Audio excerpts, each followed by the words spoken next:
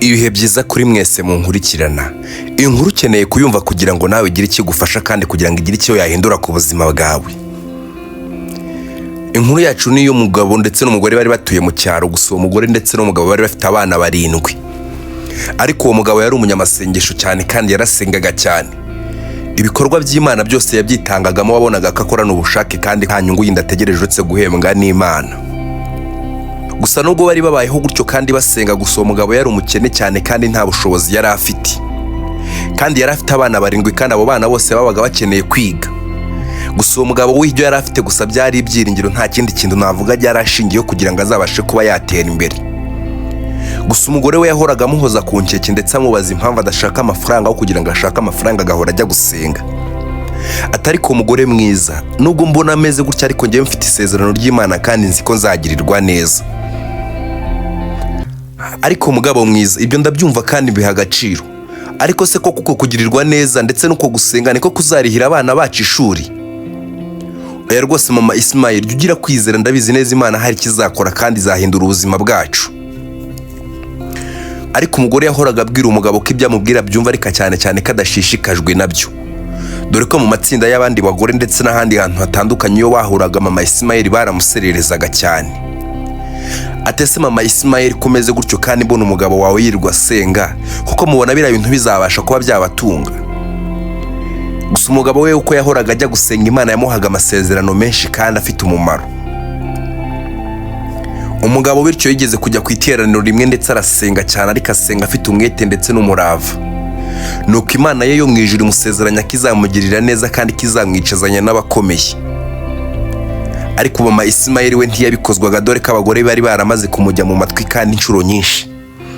Atese mama Ismail, wajya unyumva ko kukizera ko Imana yanjye ikora kandi ko ifite imirimo myinshi izankorera ndetse abantu bagatangara. Ati papa Ismail, urabizi neza ko ngukunda kandi ko nkwizera. Gusa noneho rwose bino bintu biba birenze, ndetse reba abana bacu imyenda ibacikiraho umunsi ku wundi, nta muntu ugira umwenda ufatika muri uru rugo. Reba nawe amapataro uhora wambara, si amapataro 2 gusa ahubwo ujye uyahinduranya. Ubwo suhiraho uvuga ko Imana izakugirira neza. Imyaka 20 tumaranye itarakira, ko kutekereza ko ubu ngubu ari uzabasha kuba wakira? Ese uzakira warashaje ndetse warapfuye? Gusa papa Ismail yahoraga amubwira ati mama Ismail, nubwo ntagirirwa neza ariko nzi neza ko Imana izangirira neza, kandi nubwo itangirira neza nkuko nabikubwiye, abana banjye ndetse n'abuzukuru banjye bazarya ku mugisha nakoreye ndetse nsenga. Papa Ismail, ntabwo ushaka kunyumva ndetse nta nubwo ushaka kunyumva. Ese koko papa Ismail, Imana ukorera idatuma unyumvira, iyo ni Imana nyabaki koko? Oya rwose mama Ismail, wiba gutyo. Iwe jya wizera Imana kandi nzi neza ko Imana ari kizakora. Gusa papa Ismail nawe nubwo yari ameze gutyo, iyo yihereraga ndetse agasenga yumvaga afite intimba ndetse n'agahinda. Dore ko nubwo yihagararaga ku mugore we akamubwira ko nta kibazo ko Imana izamugirira neza, gusa nawe yo yirebaga ndetse akarebera kure, yabonaga nta cyizere cy'ejo hazaza bafite. Dore ko abana babo bose bigaga ku mashuri aciriritse, kandi abana babo bose bambaraga amapataro acitse ndetse n'amashati. Kandi ba Ismail rwose bari bamaze kuba bakuru ndetse n'abarumuna biwe. Rero byari kuba bigoye cyane kuba yavugisha abandi banyeshuri bagenzi be kuko babaga basa nabi. Gusa ba Ismail nabo iyo batahaga bahoraga babwira ati se papa, tuzaguma gutya koko bizageza hehe? Ubona bintu kuko bidukwiriye. Gusa papa Ismail w'icyo yakoraga ku gahinda kose yabwirwaga n'umugore ndetse n'abana be, nta wundi yagombaga kugatura. We yaragendaga ndetse akicara agasenga ndetse akiganyira cyane mu mutima.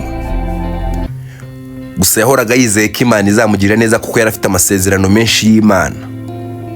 We yizeraga ko ibyo Imana yamubwiye byose bizasura, kuko yayubahaga kandi ayikiranukiraga. Nuko rimwe papa Ismail yagiye gusenga ndetse ajya mu cyumba cy'amasengesho. Gusa umuvugabutumwa rimwe yaramuhanuriye ndetse amuhanurira ubuhanuzi burebure. Aramubwira ati papa Ismail, ukwiye kujya hanze, ndetse nujya hanze nzakugirira neza. Gusa nzakugirira neza utakiri muri kino gihugu. Niyo mpamvu nkwinginga kugira ngo ntugire ikintu na kimwe witaho, maze uzinga utwawe ugenda ujye mu gihugu nzagusezeranya ko ugomba kubamo, kandi icyo gihugu nukigeramo rwose nzakugirira neza. Gusa papa Ismail ntabwo yigeze agira icyo avuga bitewe n'ibyo uwo muhanuzi yari amubwiye, dore ko kubyizera nawe byamugoye ndetse biramuremerera cyane. Ati si uko ko bino bintu umuhanuzi ambwiye, noneho ndajya hanze nta n'itike mfite ryo kuba nagendayo, nta na resepasi mfite, ubuse nzashikayo gute? Dore ko nta pasiporo. Ibi bintu biragoye ndetse no kwizera Imana noneho nanjye birangoye cyane rwose. papa Ismael yaragiye ndetse abibwira umugore we, ariko mu kubikoza umugore we ntabwo yigeze abyumva, ahubwo yaramusetse cyane. Ese koko papa Ismael, ubu ni ubukene bwonyine gusa butangiye no kukuvugisha bino bintu koko? Ngaho nyumvira nk'ibintu utangiye kumbwira ngo byo kujya hanze. Ese urajya hanze? Ati se mama Ismael uravuga gutyo, ahubwo nta nubwo ari hano hanze mu bihugu duturanye, ahubwo nzarenga bino bihugu byose duturanye ndetse njye kuba muri Amerika. Papa Ismael we uransetsa cyane rwose. Ubwo se urumva ibyo bintu bishoboka? Ntabwo ibyo bintu rwose papa Ismael bishoboka. Nuko mama Ismael byaramutunguye cyane, dore ko yumvaga ko ibintu byose umugabo ari kumubwira ari ubusazi. Atabwo papa Ismael, reka nkugire inama rwose, ibi bintu ntutushe ngo bibwire abana bacu, kuko bibwiye abana bacu bagufata nk'abasazi, ndetse n'abaturanyi ntugire umuntu n'umwe ubibwira, kuko ubu ngubu ntago ari ubusazi gusa, ahubwo birenze kuba ubusazi. Ese mama Ismael, ni gute koko utabasha kunyumva? Wakizeye iby'Imana ikora, se nta na rimwe wizera Imana? Noneho papa Ismael nawe rwose uransetsa. Kwizera Imana ndayizera ndetse cyane, ariko se mpa impamvu imwe yonyine yatuma nizera Imana yawe koko, ngo urajya muri Amerika? Ubu ntitwaburaye, reba iminsi yose tumaze tutarya, none uri kumbwira ngo ugiye kujya muri Amerika? Ibyo bintu ntabwo bishoboka, ndetse nta nubwo bikunda rwose. Ahubwo izo nzozi zivemo utangire ushaka amafaranga pe, ndetse niba udashaka ko dushwana rwose umbabarire, ntukazajya ujya hariya ahantu ngo ugiye gusenga, kuko umwanya utakaza yo ngo ugiye gusenga wagakwiye kuba uri hano ndetse ugakora ibyo ukwiye gukora. Naho ibyo bintu wirirwa uvuga byo gusenga rwose ntabwo nkiri kubyumva rwose, nanjye maze kurambirwa pe. Mama Ismael, nyamara nkugira inama wareka kureba inyuma, kuko ushobora kureba inyuma ukaba nka mukaroti. None ndumva utangiye no kunshira imigani. Oya mama Ismael, ariko nawe rwose izera Imana kandi ndabizi neza bizacamo. Yewe sinakubeshya rwose, kugezana n'ubu ibintu uri kumbwira ntabwo mbyumva. Gusa papa Ismael nawe wa mugani nubwo yabwiraga gutyo, nawe yumvaga ibyiringiro nta bihari rwose, kuko yarebaga imbere n'inyuma ndetse akabona nta nicyo yabikoraho, ariko bitewe n'ukwizera yari afite nta kindi yari gukora. Gusa papa Ismael yaragiye ndetse yongera yegera wa muhanuzi. Ati se koko wamfashe tugasenga? Ati se turasenga kandi papa Ismael dusengera iki? Ati mbabara dusengera ya bintu wambwiye rwose Imana yakubwiye. Ati none se papa Ismael wizera Imana ko nari nzi ko ufite kwizera gukomeye? None byagenze bite ko numva nta kwizera ufite? Gose mukozi w'Imana, abantu mbana nabo nawe ndabizi neza batumutakaza kwizera. Gusa si uko nagutakaje, ahubwo ndakwinginze kugira ngo dusenge ndetse dusobanuze Imana pe, kuko ibintu byo kujya muri Amerika, se nzajya muri Amerika nta n'amafaranga mfite y'itiki, nta na passport mfite koko? Papa Ismael, ntukagire ikibazo rwose, inzira z'Imana zirenga ibihumbi. Ndebera kuntu ngaragara byonyine mukozi w'Imana meze nk'umusazi. Ati uko nguko umeze nk'umusazi, ibyo nibyo bizakwambutsa ndetse bikakujyana muri Amerika. Nuko papa Ismael ndetse n'uwo mukozi w'Imana baragiye ndetse bafata umwanya barasenga biyiriza ubusa. Gusa mu gusenga basengaga basaba Imana kugira ngo ibasobanurire ndetse babwire neza ko papa Ismael yazajya muri Amerika. Ati se papa Ismael, ibintu noneho mpishuriwe ko nanjye bincanze. Ati kugucanga ntacyo bimbwiye, wowe mbwira iby'Imana inyujije muri wowe kubwira, ibindi rwose ndaza kuba nabyikurikiranira. Okay, so nta kibazo, reka mbikubwire, ariko nanjye birancanze pe. Hoya wowe mbwira gukora no kw'Imana. Rero papa Ismael, hari ibintu numvishije Imana imbwira kandi numvishe neza ko ari iby'umumaro, gusa nanjye kubyizera biragoye pe. Imana se kubwiye gute? Kandi Imana irambwiye ngo uko nguko ugaragara nk'umusazi, ibyo nibyo bizagufasha kuba wagera ndetse ugashika muri Amerika. Ati se nzabigenza gute kandi? Ati wowe uzagenda ujye ku kibuga cy'indege, kandi Imana izabasha guhumya amaso y'abo bantu bose bazaba bari ku kibuga cy'indege, ngo abashinzwe umutekano bose zabahumisha amaso. Wowe uzagenda ndetse wicare mu ndege, kandi uzarinda uva mu Rwanda ugere muri Amerika nta muntu ukuvogereye ndetse nta n'umuntu ukubajije ahantu uri kujya. Mukozi w'Imana, ko nanjye ibyo bintu kubyizera se numva bingoye. Ya of course birakugoye kuko nanjye byangoye cyane, ariko nyine wowe ugomba kubikora gutyo, ngo uzagenda ujye ku kibuga cy'indege ndetse ntuzagira ikintu na kimwe uhindura. Wowe uzagenda ndetse umeze gutyo, kandi nushika ku kibuga cy'indege uzagenda ugereyo kandi winjire mu ndege. Wowe nushika muri Amerika nzakubwira ibindi byo gukora. Ati se kubizi neza ko ntajya nerekwa kandi ko Imana itajya isura? Ati rambwira rero kuri iyi nshuro ngo nicyo gihe kugira ngo mukorane kandi bashe kuba yagusura. Shana noneho biragoye pe kandi birancanze. Ati wowe uzagende kandi wowe uzakora ibyo bintu, kandi ufate amasengesho y'iminsi 2 ibintu uri kubisengera rwose. Nuko papa Ismael yaratashye, gusa kwizera yari afite kwari guke cyane, ariko bitewe nuko yumviraga Imana yafashe ya masengesho y'iminsi 2. Dore ko umuhanuzi yari yamubwiye ko azafata amasengesho y'iminsi 2 agasenga, yamara gusenga akajya yabiganiriza umugore we kugira ngo azabashe kuba yabyumva. Papa Ismael yaragera asenga, gusa muri ayo masengesho y'iminsi 2 ntabwo yigeze yumva ijwi ry'Imana rimuganiriza, ahubwo yaratangaye cyane ndetse atangira kwibaza ko Imana ishobora kuba itaramwumvishije. Gusa akimara kurangiza amasengesho y'iminsi 2 yaragiye ndetse yicaza umugore we ndetse n'abana be bose uko bari 7. Ati mama Ismael, hari ikintu ushaka kubabwira ndetse nta nubwo nkeneye kuba nakikubwira wenyine kuko bikeneye kuba byakumvwa n'umuryango wose. Ese papa Ismael noneho kweri none ibicu ugiye kumbwira? Utambwira ko ari bya bindi by'Imana yawe? Ati no, ntukajye uvuga ngo ni Imana yanjye kuko murabizi neza Imana ni ya twese kandi namwe muri mu bo yagiriye neza. Nuko Ismael yahise ko yitanguranwa ndetse abwira ati se papa kuvuga ngo Imana yatugiriye neza kuko uhera he ndetse ushingira ku cyo uvuga ko Imana yatugiriye neza? Kuba nambara ipataro ricitse ku kibuno kandi ndi umusore mukuru, ibyo nibyo uvuga ko Imana yatugiriye neza? Kuba barumuna banjye birirwa ku muhanda ndetse basabiriza ibiryo, izo nizo mpamvu ufite zituma uvuga ko Imana yatugiriye neza? Papa ndakwinyize rwose ntuzajya uvuga ku bintu byo kugirirwa neza, ujye uceceka ndetse ukazajya ugira ikintu tubwira. Ismael wakicishije bugufi ko kukareka kwivovotera Imana. Ese Ismael, kuba ugeze aho ngaho byonyine wari uzi kuzahagera? Ibuka mu bwana bwawe ukuntu wari ubayeho, ariko reba ahantu ugeze. Ese wari uzi ko wagera aho ngaho? Yego papa ndabizi neza narahageze, ariko wibuke ko kuhagera ari imihangayiko ndetse kwari ukuba nshabika cyane. Ismael, imyaka 18 ufite ntago ari imyaka myinshi.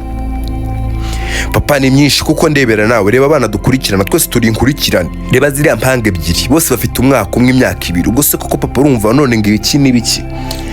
Mwana wa ntabwo mfite guterana nawe amagambo kandi nta nubwo nshaka rwose utancumuza, ahubwo mfasha wowe wumva iby'Imana yambwiye ndetse mbibagezeho, dore ko ngiye no kuba nagenda. Ati yewe nushaka ugende papa ntacyo wari utumariye.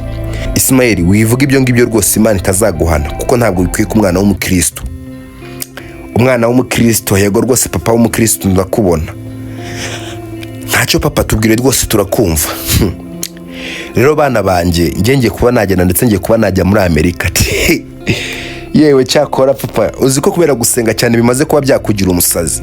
Ugiye kuba wajya muri Amerika se uzi Icyongereza? Niki kintu uzi koko cyabasha gutuma ujya muri Amerika? Mbwira ikintu na kimwe uzi cyakugeza muri Amerika koko papa. Mwana wa singomwa ngo duterane amagambo ndetse singomwa ngo tugire icyo tubivugaho, gusa we ngiye kuba najya muri Amerika kandi ibyo bintu byumve kandi ubishire mu mutwe wawe. Mama Ismael, kandi nawe byumve n'abarumuna ba Ismael mwese nizere ko muri kubyumva. Ngiye kuba najya muri Amerika kandi ndabizi neza nta mwaka nzamarayo ntarazi kubareba namwe kugira ngo tubashe kuba twajyana.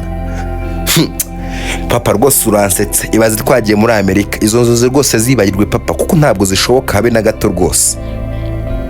Gusa nyamaraga nubwo abana bo batizeraga se, ariko se yarafite ibyiringiro kandi yarazi neza ko iby'Imana yamubwiye bizaba, dore ko atari rimwe ndetse katari kabiri Imana imubwira ibintu ndetse ikabikora. Ati se Ismael, ko udafite kwizera mu kubyarwa kwawe cyangwa se mu kuvuga kwawe uzi ukuntu byari bimeze? Papa ntabwo mbizi ndetse nta nubwo nari nzi ukuntu byari bimeze, gusa icyo nzi kandi nizera nuko navutse kandi nkaba ngana gutya. Rero mwana wanjye jya ugerageza wizere kuko kuvuka kwawe byari bigoye kandi nari mbizi neza ndetse n'ahangaho ugeze Imana yari yarabimbwiye. Gusa mwana wanjye ujye usenga kugira ngo iherezo ryawe rizabe ryiza kuko ndabizi Imana igufiteho umugambi mwiza ndetse n'abarumuna bawe. Papa rwose ibyo byiringiro bigumane, komeza tubwire iyo nkuru rwose ndumva isekeje kuba wajya muri Amerika. Ese Ismael, kuva wajya mu wa mbere primaire kugeza ugeze mu wa 3 secondaire hari ubwo ari wabo wa nyuma ntoro ubu wa mbere? Ati yego papa mpora mu wa mbere ariko no kubera ko niga cyane.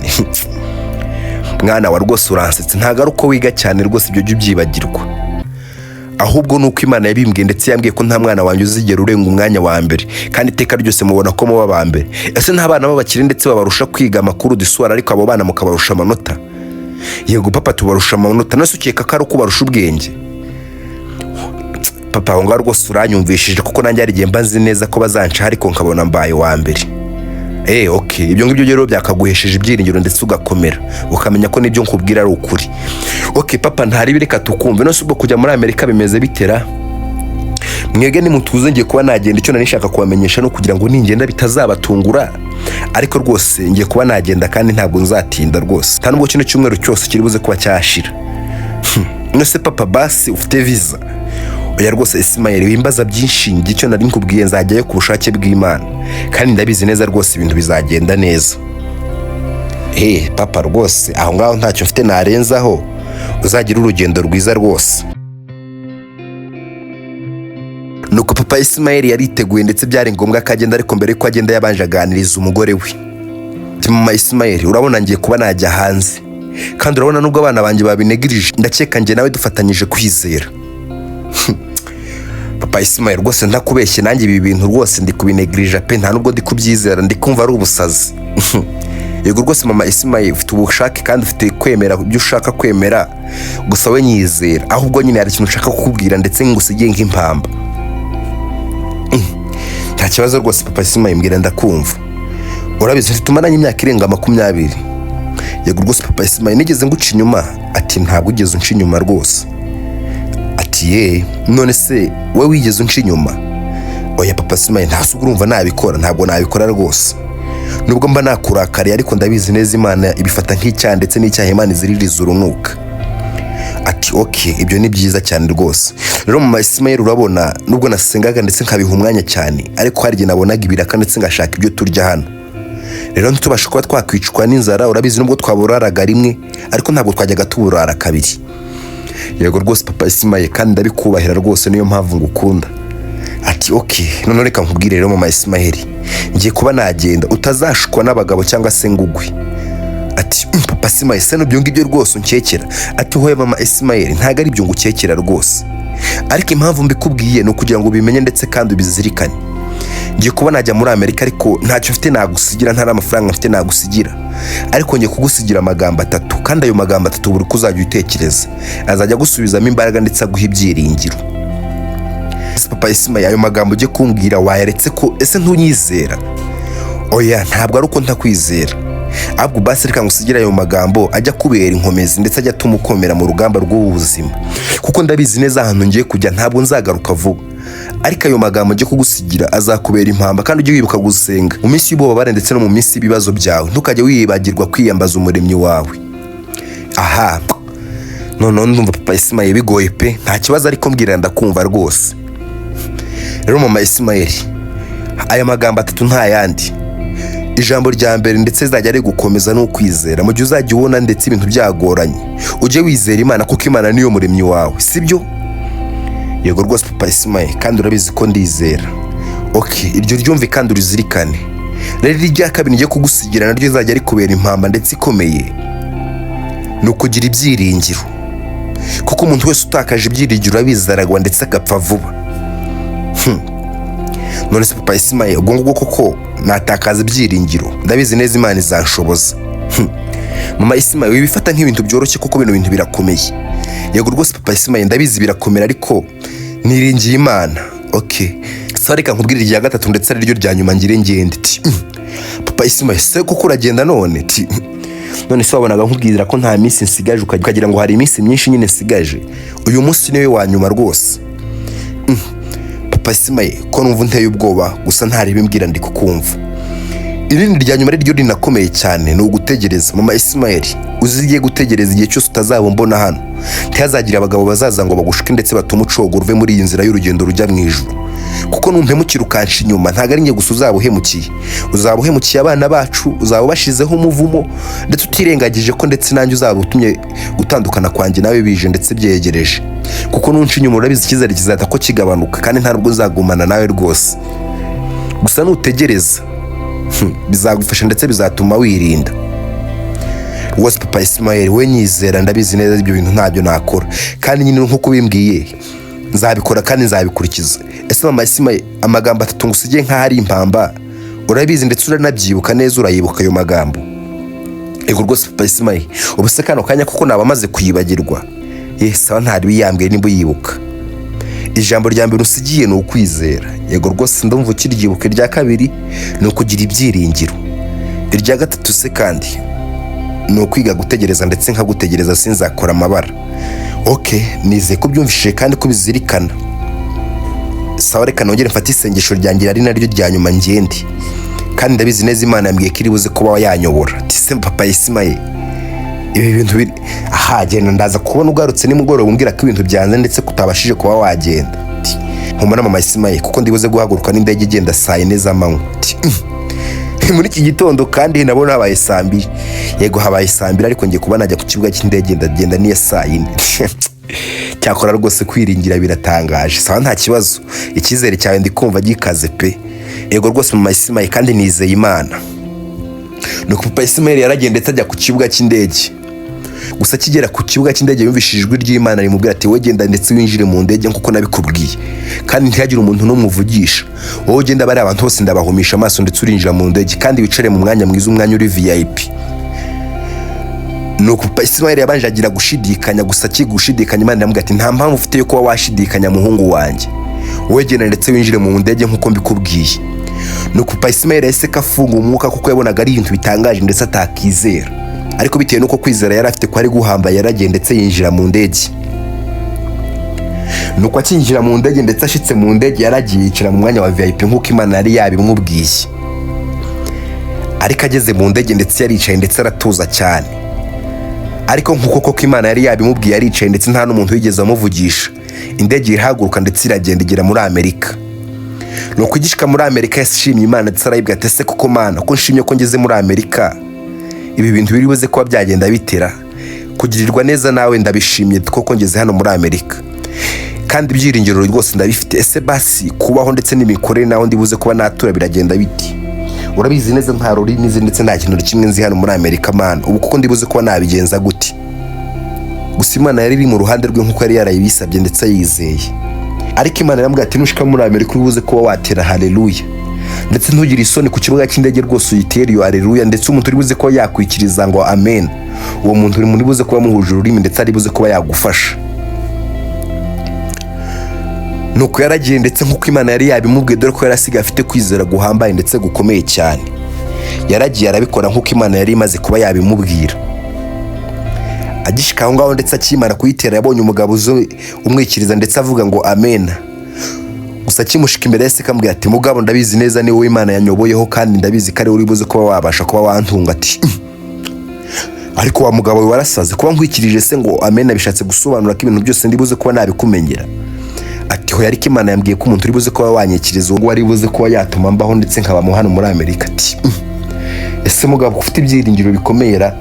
Ati yego rwose mfite ibyiringiro, kandi Imana yambwiye ko ari wowe uri buze kuba wantuza hano muri Amerika. Ati ye, ati nta kibazo rwose nanagufasha pe, hagutuza kuko nanjye Imana yambwiye ko umuntu uri buze kuba waza hano muri Amerika agatera haleluya nkamwikiriza ko uwo muntu ndi buze kuba namubufasha bwose akeneye. Ariko sera ibyo ndagushimiye ko bibaye, ariko si ubwo ngubwo kubaho none uri buze kuba wabaho gute? Ko hano muri Amerika kuba haba ari hatari bro.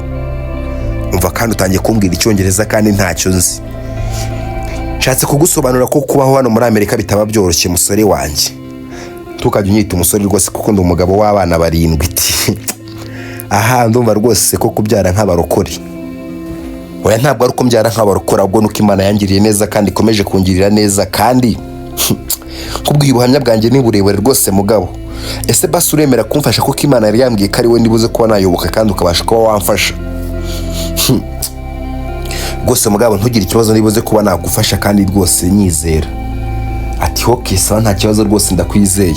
None se utuye hehera? Ati nge rwose ntuye mwiri ya etage. Ati Imana ibyo yansezeranyije ntangiye kubibona rwose, ibaze ko ngiye kujya muri etage bwa mbere. Ati wikabya rwose, none se mu gihugu cyo mu Rwanda nta ma etage arimo? Ndabizi neza ndetse naho mpaherukiye rwose ndabizi kuko ubu ngubu hateye imbere, mpora mbibona mu makuru. Yego rwose hateye imbere cyane, ariko ngenda umukene. Ati aha wikwiganyira, Imana yabagiriye neza rwose mu gihugu cyanyu, sinzi impamvu wiganyira. Nuko umugabo yaragiye ndetse bajyana na wawo ni nkuko Imana yari yabimusezeranyije, babasha kuba bajya mu nzu yiwiwe. Gusa mama Isimayeli we aho yari ari mu gihugu inzara yakomeje kumurya ndetse n'abana be. Ariko Isimayeli we yabwiye nyina ndetse aramubwira ati mama rwose papa yaragiye muri Amerika kandi rebera igihe cyose gishize. Ntabwo ndi kwizera ibyiringiro bye ndetse no kwizera kwanjye gutangiye gucogora. Mama ngiye rero ndagiye ntabwo inzara yanyicira hano rwose, ngiye kuba najya mu mujyi ndetse nshaka ubushobozi. Wenda Imana nimfasha nkunguka ndetse nkabona amafaranga nzagaruka. Nose Isimayeli koko n'ishuri ugiye kuba warireka mwana wa? Yego rwose mama ishuri ngiye kuba narireka ko ndabona nta bundi bushobozi mfite, nose uri kubona twazabaho gute?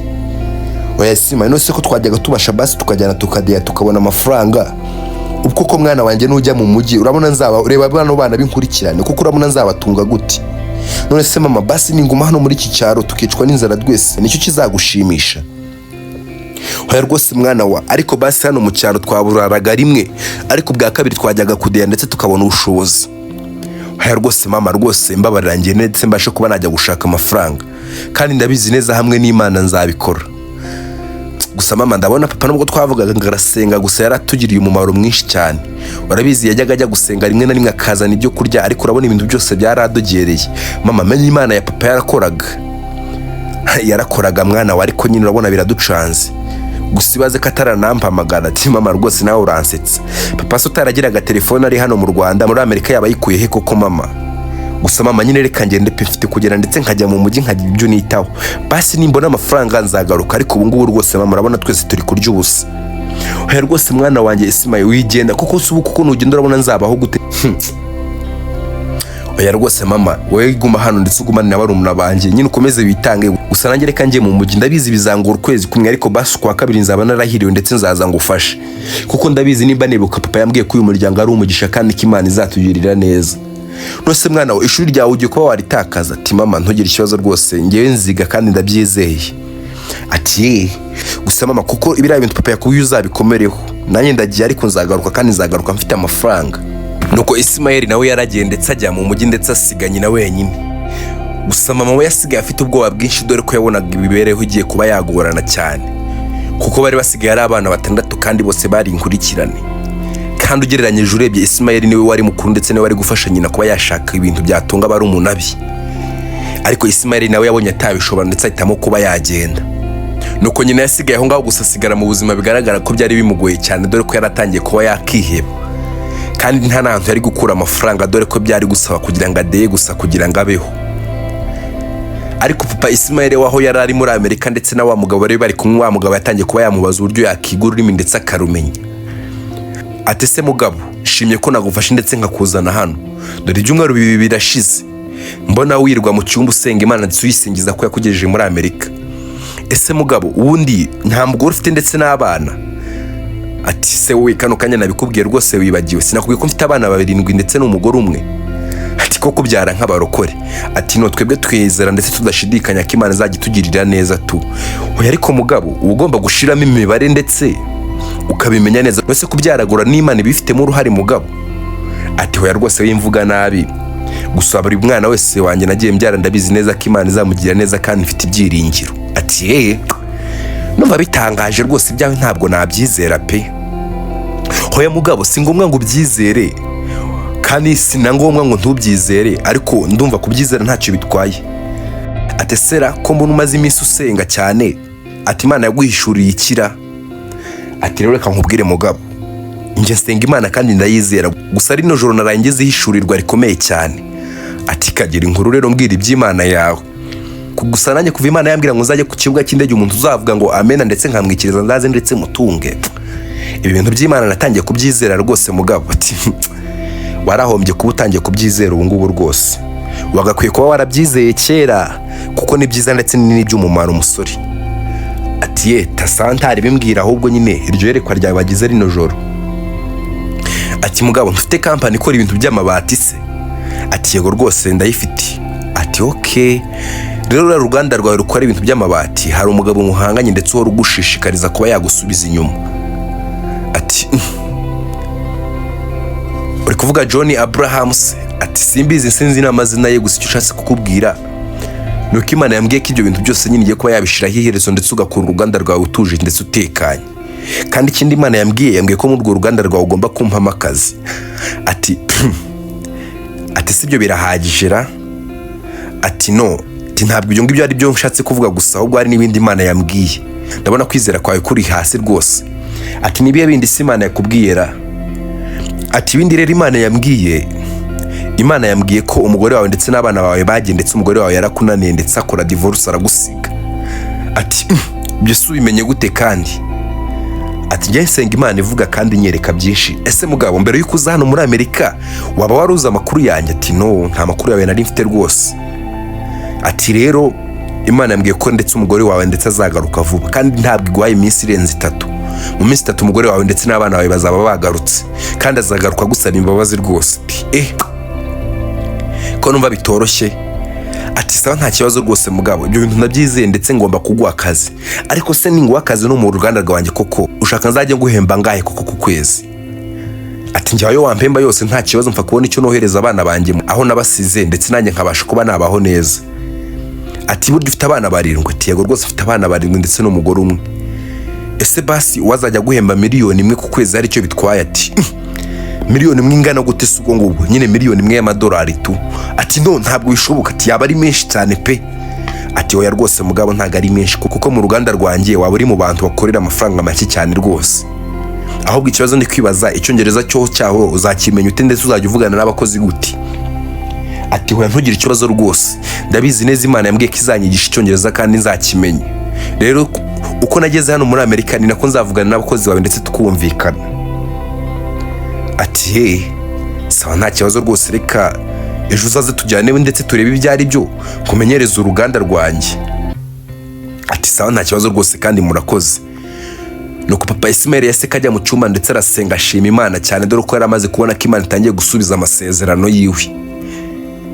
Ariko tugarutse mu gihugu ndetse naho yari yarasize umugore we ndetse n'abana be, mama Ismael w'inzara yakomeje kumurya ndetse kwihangana bitangira kumunanira, dore ko urugo rwe rwatangiye kugendwamo n'abandi bagabo ndetse bamusaba kuba baryamana. Ariko mama Ismael yakomeje gutsimbarara kuri ya magambo umugabo we yari yaramubwiye amagambo, dore ko yari harimo kwizera ndetse no gutegereza. Ariko mama Ismael abagabo bagumaga baza ndetse bamutesha umutwe, ati se mugore ko munubayeho nabi kandi uri umugore mwiza, watwemereye tukagusirimana ndetse ukabasha kuba wabaho neza? Ati hoya rwose ntabwo byashoboka, nizeye Imana kandi umugabo wanjye ndabizi neza azagaruka kandi afite amafaranga. Ati reba amezi ashize umugabo wawe ataragaruka. Ati se basi wizeye iki? Ndabizi nubwo umugabo wanjye atagaruka ndetse ndabizi ko umwana wanjye Ismael aho yagiye mu mujyi Imana izamugirira neza. Nyamara wemeye waza ndetse tukaryamana twamara kuramana abo bana bawe tukabagirira neza ndetse nawe tukakugirira neza, ndetse unabishatse waza tukabana tukakugira umugore wacu. Ati no ntabwo byashoboka rwose, ntabwo natenguha amagambo umugabo wanjye yambwiye. Nuko mama Ismael wehe yakomeje kugeragezwa n'abagabo ndetse abagabo bamubereye ibigusha bagahora baza mu nzu ye ndetse bashaka kuba bamugusha. Gusa bose uko bazaga kumugusha yibukaga amagambo umugabo yamubwiye, bityo bigatuma akomera ndetse ntabashe kuba yatenguha umugabo wiwe. Ariko papa Ismael waho yari ari muri Amerika yakomeje gukora ndetse ageze mu ruganda abakozi baramwishimiye cyane, dore ko yicishaga ugufi ndetse agakora akazi ndetse ashize amanga ndetse akabikora cyane, bityo rero bikamuhesha kuba abakozi bamukunda ndetse bakamwizera cyane. Wa mugabo wamuhaye akazi yaje kumwizera cyane ndetse amukura kuri 1 miliyoni y'amadolari abwo amushira kuri 5 miliyoni z'amadolari ku kwezi, dore ko papa Ismael kuva yagera muri kampani yiwe uruganda rwe rwarakuze ndetse ruraguka cyane ugereranyije na mbere. Ati se papa Ismael ko mbona uruganda rwanjye ruri kwaguka cyane bimeze biti? Ati ntugire ngo ni ikindi rwose, ntabwo ari uko abakozi bawe bakora cyane, ahubwo nuko ibintu bya Imana rwose birimo. Ati kabisa Imana ibirimo pe, kuko inyungu ndi kubona rwose irarenze ndetse irarenze cyane kurusha uko bitekereza. Ahubwo se papa Ismael nifite agatekerezo. Akahe gatekerezo se kandi mugabo?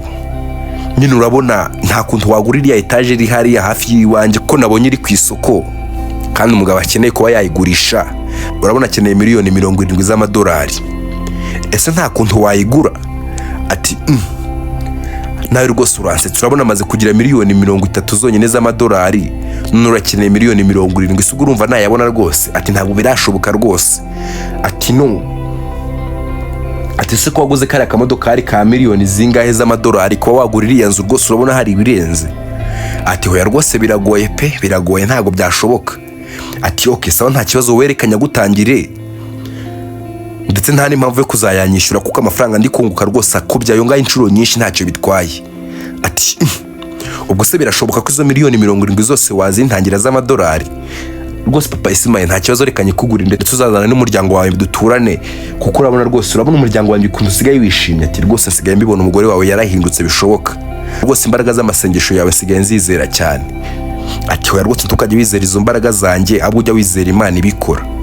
Ati yego rwose niyo nizera, gusa nyine reka tuyigura ndetse uzabashe gusubira mu Rwanda, rero bashe kuba wajya kureba umugore wawe ndetse n'abana bawe mubashe kuba mwabana hano muri Amerika. Ati cyakora umva nkubwire mugabo, ntabwo nasubira mu Rwanda ndafite imodokari irenze, iriya modokari yanjye ngomba kuyipakiza ndetse nkajyana mu Rwanda kugira ngo nzemeze abanyarwanda bose babone Imana nkorera. Ati nta kibazo rwose ntacyo bitwaye. Gusa turwarutse mu Rwanda ndetse na Ismael aho yari yaragiye byaranze ndetse birakomera cyane, dore ko Ismael yaragiye ndetse abura akazi mu mujyi ahubwo abikirara ndetse abikirara cyane rwose, dore ko ntacyo yari afite cyo gukora ndetse amafaranga yabonaga nawe yari make cyane ku buryo byabaga bigoye kuba yakohereza iwabo ndetse nawe wakitunga. Gusa abonye byanze yaragiye ndetse asubira mu cyaro, ariko mu gusubira mu cyaro yasanze nyina nawe yarihebye dore ko ubukene bwari bwose. Nuko Ismael ndetse na nyina bakomeje kurakara cyane dore ko ubukene bwari bwinshi ndetse n'inzara yarabaryaga cyane. Batangira kwivovotera Imana ndetse na se batangira kubona ko bishobora kuba byararangiye ko yagize muri Amerika ahubwo agapfa kugira ngo akiri. Nuko mama Ismael yagiye kubona undi mugabo w'umukire ndetse araje. Gusa nawe yaje ashaka ko baryamana kugira ngo abashe kuba yamuha ibyatunga abana be. Ariko mama Ismael akomeza kubatsembera ndetse arabahakanira. Gusa Ismael yakomeje kubwira mama bati se mama bari abagabo ko njyamo nabaza hano n'amamodoka ndetse ukabahakanira ngo ntabwo ushaka ko muhari icyo mukora. Urabona iyi nzara koko mama tuzayikira ati. Nuse Ismael ushaka kwemera ko njye nawe twakora amafuti ndetse tukaryamana n'abari abagabo kugira ngo babashe kuba baduha ibyo turya. Ariko mama ndikubona ari cyo gusa gisigaye. Ati hoya rwose mwana wa reka tukomeze tudeye ndetse ndakeka ntacyo nabasha kuba nakora. Ibaze mbikoze ndetse papa wakaza ubwo urumva yazambabarira koko. Mama zikunsetsa ubu se ko yategeza atubabarira. Oya mwana wa rwose ubwo n'ubupagani bubi ndetse ntabwo nabyemera. Ati mama ndikubona ukomeje kugorana ngerekana igendere mu mujyi ndebe ko nazongera nkabona amafaranga. Ese mwana wanjye nabwo usubiyeyo? Ati yego mama rwose nanjye kureba barumuna banjye ninabakumbuye, ariko rwose ndabona ntaguma hano. Gusa ibintu nkubwiye bitekerezeho. Nuko Ismael yaragiye ndetse mama Ismael we hasigara aho ngaho. Ariko papa Ismael aho yarari muri Amerika wa mugabo yaramupakinge ndetse amuha amafaranga menshi, dore ko yaramaze kugura inzu byari ngombwa kagaruka mu Rwanda kugira ngo abashe kuba yaza ndetse arebe umugore we n'abana be ndetse babashe kuba bakimuka bajyane muri Amerika. Ati papa Ismael koko ugiye mu Rwanda koko? Ati yego rwose ngiye mu Rwanda ngiye kuba nareba umugore wanjye ndetse n'abana. Ati rero numva bizasaba iminsi myinshi kugira ngo ubashe kuba wagaruka no muri Amerika. Ati numfite amafaranga nzabashakira visa ndetse ntabwo bazaza mu buryo najemo. Ahubwo se papa Ismael nshimye ko waje gutyo ubu ngubu uzasubirayo gute? Imana yambwiye kuko naje ariko nzasubirayo mwana ntugire ikibazo. Ati bishatse kuba kuri buze kugenda ndetse imodoka yawe? Ati yewe Imana yanjye nyesanzwe nyizi ndetse nyizeye, ahubwo nishika mu Rwanda nyine niho nzabasha kuba nashaka ibyangombwa ndetse tukagaruka tukabana ubuziraherezo. Ati okay sawa nta kibazo ugenda rwose. Ese Icyongereza arakimenya? Ati somehow mwana arakimenya ndetse ndagifeelinga fresh. Ati aha numva n'imvugo zo muri Amerika rwose waratangiye kuzimenya. Ati yego rwose narazimenye kandi nizera ko Imana yangiriye neza, rero reka ngende ndetse nzagaruka ariko ndetse nta n'ukwezi nzamara rwose nzagaruka ngaruke mu kazi kanjye. Ati sawa nta kibazo. Nuko yaramuherekeje ndetse amushitsa ku kibuga cy'indege. Nuko papa Ismael yahise afata indege ndetse agaruka mu Rwanda. Gusa ari kugaruka mu Rwanda mama Ismael we inzara yari ikomeje kumurya ndetse imuryana n'abana be. Ariko hari undi mugabo waje kuza ndetse azari umukire cyane. Gusa we yaraje ndetse aramuganiriza cyane. Ese mama Ismael urabona ko ibintu uzabishobora? Ese mama Ismael uretse bino bintu tukabikora rimwe nkaguhindurira ubuzima ko mbizi neza ko umugabo wawe atazabimenya ibyo bintu utsimberayeho ngo yagusigiye ayo masezerano 3 yagusigiye wabiretse ndetse tubikoze rimwe ndabizi neza ubuzima bwawe bwahinduka rwose. Ati yewe uzi kunsetsa ntabwo byashoboka rwose. Ati hoya rwose mama Ismael wowe nyemera tubikore rimwe nta nicyo biri buze kuba byatwara ibintu bitamara iminota 20 koko kagwa amafaranga yahindura ubuzima bwawe. Aya rwose ntabwo byashoboka. Ati yes abanyamara bari kubitekerezaho. Gusa wa mugabo agiye ndetse mama Ismael yagiye kubona abana be barariza. Ati mama turashonje inzara iratwishe. Nuko mama Ismael yarebye abana be kuntu bishwe n'inzara gusagira impuwe ndetse atakamagara wa mugabo. Ati sawa ntari bingwi no tubikore rimwe ariko ite kugenda ndetse ntuzagaruke hano. Nuko mama Ismael yese kagwa mu cyaha gutyo ndetse aryamana na wa mugabo yirengagiza ya magambo umugabo we yamubwiye. Gusa kiryamanye na wa mugabo yagiye kumva bimwe imodokari ndetse ku irembo ry'iwiwiri gusona cyane. Ati se mama Ismael ko nabona gungora ngo ntabwo akemera ko turyamana nkaba mbona ndimo modokari ari guparika ndetse aje ngo nabo muryamane bimeze biti. Ati hoya rwose niwe tubikoze ndetse nta nundi muntu rwose nazongera kubikora nawe. Ati none ubwo bimeze bite ko ndi kumva abantu bakomanga. Nuko uyu mugore yase kagira ubwoba bwinshi cyane. Ati ubwo ngubwo yaba ari ndeko nzi neza ko nta wundi muntu hano dufitanye gahunda. gusa agiye kumva yumva abana bari gusakuza cyane ati mama papa araje, ati papa araje. Nuko mama Ismael yahise kagira ubwoba ndetse arikanga cyane ati uzi ko papa Ismael aje? Ati si ubwo ngubwo birashoboka. Ati umugabo wagusize ndetse se ari umukene yabaje mu modoka gute? Ati wowe ntabwo bishoboka rwose. Nuko mama Ismael yahise afata wa mugabo ndetse amuzingira mu kirago vuba vuba bamushisha munsi y'urugi. Nuko mama Ismael yahise asohoka ndetse n'amasoni menshi cyane ahita agenda ndetse atangira guhobera umugabo we. Ati mama Ismael bimeze bite ko umuntu utishimye? Ati we waransize ndetse unsiga igihe kirekire. Ati se papa Ismael kuki wangerageje bigeze hano koko? Urabona igihe cyose koko watinze muri Amerika? Mama Ismael ntabwo ari uko natinze rwose, ahubwo nyine nanjye nari nkiri kwishakisha. Gusa ikinzanye hano nyine ubu ngubu narafatishije ndetse ndabizi neza ntabwo bigoye, nabonye amafaranga, mfite inzu muri Amerika, muri make nyine bya bintu byose Imana dusezeranyije nabigezeho. Ahubwo Ismael ari hehe? Nshaka ko tugenda ndetse tute ko tujya muri Amerika. Ati Ismael yaranyanze ndetse nawe yarantaye yagiye mu mujyi. Ati mpa nomero ze muhamagare. Ati papa Ismael icyo nicyo telefone usigaye itunze? Ati ntugire ikibazo nawe rwose nakuzaniye iyawe. Ati siriya modoka ni iyawe rwose papa Ismael? Ati yego rwose. Ati ese mama Ismael iriya modoka ari indi iparitse hariya ni iyandera? Nawe waguze imodoka? Winshi umugani n'umukire usigaye utuye aho hepfo rwose niwe wayiparitse aho ngaho. Ati yes aba nta kibazo. Ati rero abana banjye nibajye mu modoka ndetse twitegure Ismael ndabizi turamunyura aho ngaho mu mujyi asigaye atuye, tugenda ndetse tujye muri Amerika, tugende tujye guhindura ndetse duture. Ati yes aba nta kibazo rwose tugende. Ati se ntabwo usubira mu nzu ujye kureba ibintu byawe ndetse tugende tujye muri Amerika mugore mwiza? Ati hoya rwose papa Ismael subwo nabanja mu nzu njya kureba iki? Ati ubwo se birashoboka? Ati se ariko mama Ismael reka maze nkubaza ikibazo. Ati kiyese papa Ismael ibintu nagusigiye uko ari bitatu kimpamba nari ngusigiye mbere yuko njya ku rugendo uracyabyibuka? Ati bi papa Ismael. Ati subwo mugore mwiza dushatse kuvuga ko wabyibagiye ndetse utakibyibuka? Ati hoya ntabwo nabyibagirwa. Ati si ugutegereza ndetse no kutarambirwa no kwizera? Ati yego rwose n'ibyo ngibyo nagusigiye. Ati se warabikurikije? Ati yego rwose mugabo mwiza byarangoye kubikurikiza ariko njye narabikurikije ndetse nabigezeho. Ati okay rero kunshi inyuma byo ntabwo nakirirwa mbivuga ko ndabizi ntabwo wabikora. Nuko akibivuga mama Ismael yahise kagira ubwoba bwinshi ndetse aratitira. Ati se mama Ismael kutitiye bigenze biti? Ati hoya rwose mugabo mwiza ndi kumva byandenze kubugarutse rwose. Atabwo tujye mu modoka ari tugende ndetse tuvanga twimuke.